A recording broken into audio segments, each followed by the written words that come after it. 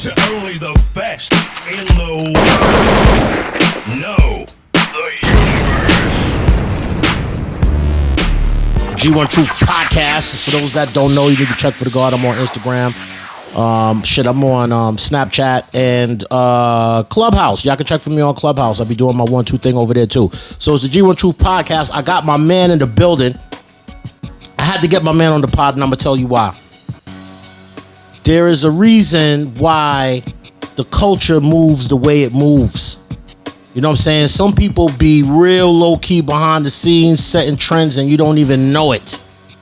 You know what I'm saying? Some people keep it 100 when it comes to the rudiments of hip-hop, and definitely do their part in making sure that they preserve the culture. For those that don't know, people that had their hand in some of the most monumental, classic hip-hop that you have ever heard. Somebody that has had their hand in songs that was probably the songs to your life. I'm not gonna say what it is. I'm gonna let my man get into it. I got my man Nonezeo in the building. EO Dub, New York City, stand up. We got Ra in the building tonight, man. For all that don't know what it is, man. Ra, what's good with you, fam? What's goody? How's it going? You know where we at right now. I had to get you on the pod because you are, in my opinion, one of the most influential people in hip-hop that I ever had the pleasure of knowing. And in the circle of things, you're known by a lot of people. And for those that's not in the loop of the real politics, not to say the politics of hip-hop, but the culture of hip-hop, let me say that, you would find my man Ra firmly planted in what we know as the roots of hip-hop. And I appreciate you, Ra, for coming on the show today, man. Thank you for having me, brother. So listen, let's get started, because I know we ain't got a lot of time. You down here, you making a lot of moves right now, politicking. I want to talk about the whole EO Dub campaign, because, you know what I'm saying, a lot of brothers was politicking about EO Dub, and, you know, it's gained a lot of traction over the years. It's one of the most longest running open mics ever. Yes. International, worldwide. But to start with you, I could tell the story, but I want you to tell it. Let's talk about the beginning of Ra and what pulled you into what we know today as hip hop. Just being a fan of music and then finding hip hop, it just definitely complimented myself. You know what I mean? It definitely matched who I am as a person, and I could express myself through that type of music. You know what I mean? With the sampling, the rhyming, all of that. You know what I mean? Dancing at one point in time, you know, we don't do that anymore with the breakdancing and all that, but definitely was into every aspect of it. And the graffiti, I just wasn't good at the graffiti part. You know what I'm saying? When we first kind of linked up back in, I hate to say it, but it's the 80s. Yeah. Shit. Yeah. We first linked up in the 80s. I mean, I was a kid that I was always into music. You know what I'm saying? And I really thought of myself as a person that was rooted into music, old school songs, breaks, all of that stuff. Especially, you know, coming from Brooklyn, I always felt like, you know, that's just part of who you are. Like, you're almost born into it. But yo, I would link up with you, and I mean, like, you would call me and be like, I'm coming over to your crib, and you'd be coming way over from Jersey. Yeah. Just to pull up at my house to play one record. Like this and be like, this is the shit. Yeah, B. Gotta spread the love, you know what I mean? Yeah, you was in tune in a way that I wasn't there yet. And I knew from that moment, I was like, this dude is advanced because he's so passionate about what he does. And this is early stages before, you know, you really got your feet wet in the game. So we fast forward a little bit. I wanted you to talk about your career and some of what you feel is your accomplishments as a member of the hip hop community and some of the projects and stuff like that you worked on. Okay, so obviously the largest accolade that I have on my list would be Bad Boy, working for Bad Boy in Daddy's house at the studio, which I started in '95. I was just an assistant engineer, but even in becoming an assistant engineer, there was a level of competition. They were building the studio. There was like 16 people trying to be assistant engineers, and they were only taking maybe 7. You know what I mean? And I think they ended up taking 6 altogether. But I definitely made it because I was into it, and I wasn't one of those people that thought they knew everything. I was trying to learn and absorb everything that I could. And the passion that I had in doing so is what got me the job.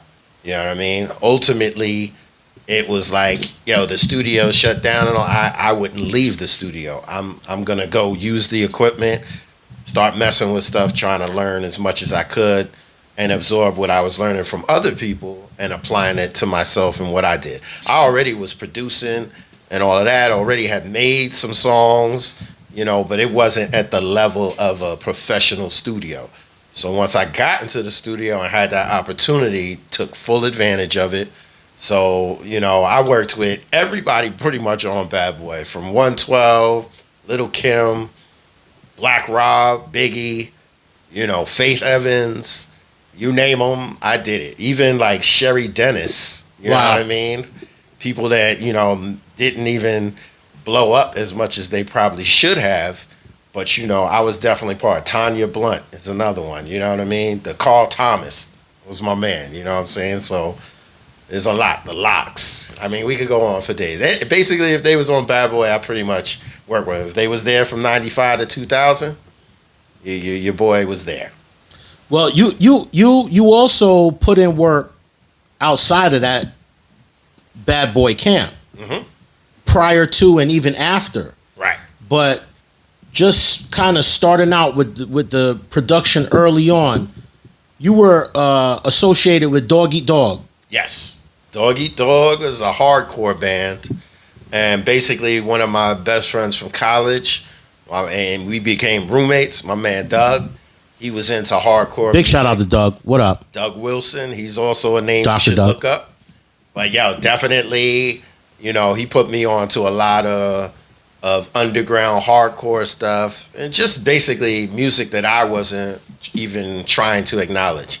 But I accepted what he was playing and I could appreciate it. It was, some of it was hot, you know what I'm saying? And he liked that about me. He also took my pedigree in hip hop and, applied it to his life as far as musical selections, etc. So there was an exchange going on. It's like a foreign exchange. I was foreign to that music, and he knew hip hop, but he was still foreign. He ain't no underground hip hop. He only knew major people.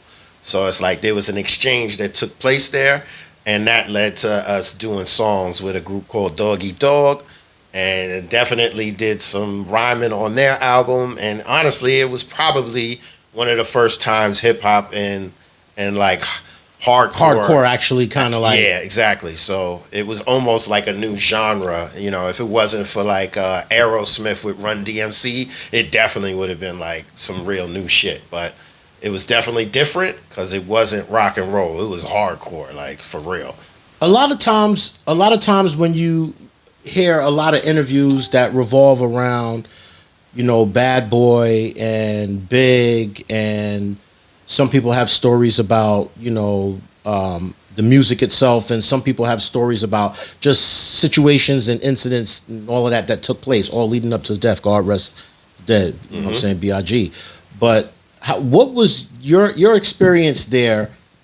You never really get that kind of, not so much say an inside perspective. Yeah, exactly. Like, you never really get that inside perspective of what it's like in terms of the creativity from the perspective of like the engineer and the producer. Mm-hmm. They never really get a chance to shine that light. If it's due, it's something I usually see like a snippet here or there.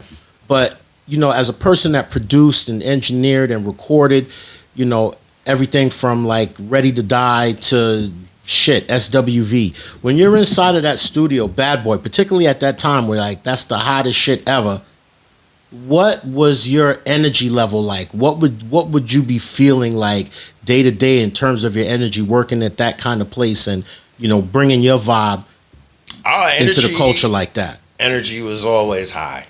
You know what I'm saying? Like, you're sitting with one of the greatest, first of all. Would you be like euphoria? You know what I'm asking? Like, would you be like, feel like euphoria every day? To a degree, but it's more like, that's my man. You know what I'm saying? Like once you realize like you've been accepted into the camp, you know, etc., and it becomes more of it's not really a job, it's more like family. You know what I mean? And I feel like Big definitely did that. He actually said that to me at one point in time. You know what I mean? So it was different. You know, like when you're working with celebrities, the last thing you want to do is act like you're a fan. You know what I'm saying? Like, you're a fan, but you're still like, that's a real person, and you treat them like a real person. That's all they really want. You know what I'm saying? They don't need all of this, like, you know, dick riding and all of that stuff. Like, that's not necessary. You know what I'm saying? And being honest, I've been asked my opinion on raps and stuff, not from Big, because that wasn't necessary, but with other people, and I give my honest opinion. And I think that's what people appreciate. Like, you have your own pedigree in music, you know what I'm saying? And even though it may not be acknowledged to the height of other people, it's still, when you work with people and they see you putting in the work and you do good work, they're going to respect your opinion. You know what I'm saying? So that's how I felt in that environment. So honestly, I'm going to say, you know, I had a good vibe that probably matched everybody else's in the room, but you're feeding off their vibe, they're feeding off yours, which creates a perfect vibe for creativity. You know what I'm saying? I'm not trying to take your ideas, but, you know, who knows? Maybe I can add on to it. You know what I'm saying? So it was more of that. So do you think that like carried you further in terms of your production? Because, you know, me personally, it's hard for me to gauge, like, because there's beginnings, you know what I'm saying? Like, I remember from when you started to like where you're at in terms of your production, and it's like, yeah, I think it's so progressed. Yeah, I mean, honestly, it's one of those things where everybody wants you to go further and succeed. You know what I'm saying? Like, so my man, we called him Cornbread at the time. Big shout out to Cornbread. But my man Chris Crespo, like, we were in the production and room. Coke, my man, yeah. Coke, what up? Yep, Black Coke, that's what we called him. But we were in the MIDI room teaching Cornbread how to make beats on the MPC, and Big straight walked by and was like, yo, what is that? And it ended up being the last song on Lil Kim's album, produced by Chris Crespo, and he got a pretty nice chunk of change for that. I remember that, B. I remember that, and that was a dope track. That was it was, but we was, you know, the last joint. It was like, I remember the last verse. The outro, like, dude, and I honestly, something spit at grease. Yo, we was end. Like, that was dope. That was dope. Big shout out to Cornbread on that. At the same time, we like, how the hell this motherfucker luck out like that? Like, we teaching him, no question, and he get the shit. But that, you know, I got love for him, and we were more so happy that he made it, and it made it so that we knew we could do the same thing. Yo, big shout out to the God of the building, Majestic, aka Podcast Mash. You know what I mean? G1 Truth Podcast, G1 Truth Foodcast, Restaurant Review Rundown. Check for the God on all platforms.